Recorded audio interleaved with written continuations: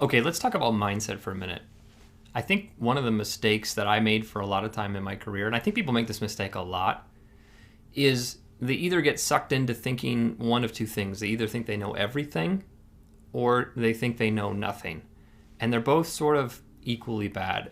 If you think you know everything, there are really obvious trip falls to that. It can create arrogance, hubris, you'll stop learning, you'll peak, you won't take criticism or feedback, people will resent you over time. It's not a good recipe.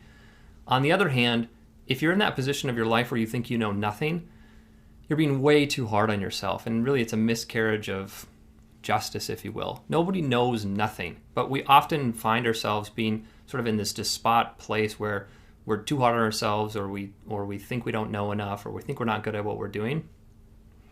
And that's an equally bad recipe for disaster because it will suck you down, and it'll suck you down hard and keep you down for a really long time.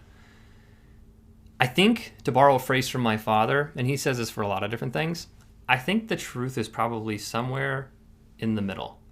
You have to be smart enough to understand that you don't know everything, and you need to be willing to learn and humble enough to learn. At the same time, you need to understand your value as a human being, that you do have it, and you have confidence and competencies in certain things, certainly that you could improve, but you do have a core that you can build off of. And I think when you can merge sort of in between both of those things, I think that's a huge recipe for success. So don't be too lofty that you lose sight. Don't be so hard on yourself that you become depressed or you think that you can't bring any value. They're both wrong. Go down the middle.